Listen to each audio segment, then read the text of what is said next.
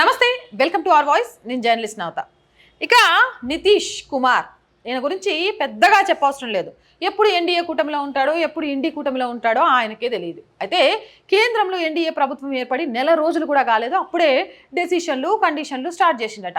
మోడీ 3.0 సర్కార్లో కీలక భాగస్వామి అయిన JDU chief Bihar CM Nitish Kumar పాత డిమాండ్నే కొత్తగా వినిపిస్తున్నారట. రాష్ట్రానికి ప్రత్యేక హోదా ఇవ్వాలని జేడీయూ పార్టీ జాతీయ కార్యవర్గ సమావేశంలో తీర్మానం కూడా చేసిండట.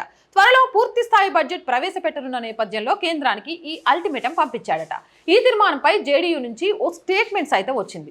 బీహార్ రాష్ట్రానికి ప్రత్యేక హోదా డిమాండ్ కొత్తదేమీ కాదని, రాష్ట్ర అభివృద్ధి వేగవంతం చేయడం, సవాళ్లను పరిష్కరించడంలో ఇది కీలకమైన దశ అని చెప్పుకొచ్చారు. రాష్ట్రానికి ప్రత్యేక హోదా లేదా ఆర్థిక ప్యాకేజ్ ఇవ్వాలని తీర్మానం చేసినట్లు ఆ పార్టీకి చెందిన సీనియర్ నేత ఒకరు వ్యాఖ్యానించారు. దీర్ఘకాలిక అవసరంతోనే ఈ డిమాండ్ చేస్తున్నట్లు స్పష్టం చేశారు. అయితే జేడీయూ తీర్మానంపై కేంద్రంలోని మోడీ సర్కార్ నుంచి ఎలాంటి రిప్లై వస్తుందనేది ఆసక్తికరంగా మారింది. మోడీ హయాంలో ఇంతవరకు ఏ రాష్ట్రానికి కూడా ప్రత్యేక హోదా ఇవ్వలేదు. నీతి ఆయోగ్ కూడా రాష్ట్రాలకు ప్రత్యేక హోదా ఇవ్వడాన్ని వ్యతిరేకించింది. ఈ నేపథ్యంలో దీనిపై ఎలాంటి నిర్ణయం తీసుకుంటారు మోదీ షాద్వయం అనేది ఉత్కంఠంగా మారింది. మరోవైపు ఆంధ్రప్రదేశ్ కూడా ప్రత్యేక హోదా డిమాండ్ గత 10 ఏళ్ల నుంచి నాన్స్తూనే ఉంది.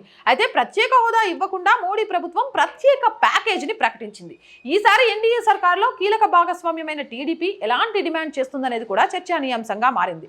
ఇక ఎన్డీఏ కూటమిలో ఇటు టీడీపీ అటు నితీష్, ఈ రెండు పార్టీలు కూడా జేడీయూ, ఈ రెండు కూడా కీలకమైన నేపథ్యంలో మళ్ళీ నితీష్ తన ఏమంటారు తలతిక్కతనాన్ని చూపించే ప్రయత్నం చేస్తే మోదీ షా తోక కట్ చేస్తారా లేదా, వెళ్ళిపోవడం వల్ల ఎన్డీఏ కూటమికి వచ్చే పెద్ద నష్టము లేదు, అక్కడ ఎన్డీఏ కూటమికి వచ్చే పెద్ద లాభము లేదు.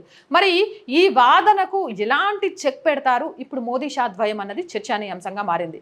మీరేమనుకుంటున్నారో కూడా కామెంట్ సెక్షన్లో పెట్టేయండి. మోర్ వీడియోస్ కోసం మన ఛానల్ వెంటనే సబ్స్క్రైబ్ చేయండి. ప్రతిరోజు చెప్తున్నాము, ఛానల్ని దయచేసి సబ్స్క్రైబ్ చేసుకోండి చూసిన ప్రతి ఒక్కరు అనేది. చాలామంది ఆ విషయాన్ని మర్చిపోతూనే ఉన్నారు, అందుకే పదే పదే గుర్తు చేస్తున్నాను. మీరంతా కూడా ఛానల్ చూసిన వెంటనే సబ్స్క్రైబ్ చేశారా, లైక్ చేశారా లేదా అనేది చూడండి.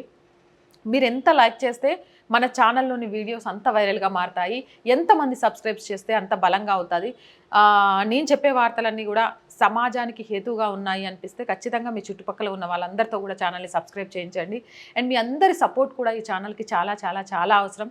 కామెంట్ పెట్టి విమర్శలు చేసేవాళ్ళు ఎప్పుడూ చేస్తూనే ఉంటారు, బట్ విమర్శలను చూస్తూ ఆగిపోవాలి నేను అనుకోవట్లేదు.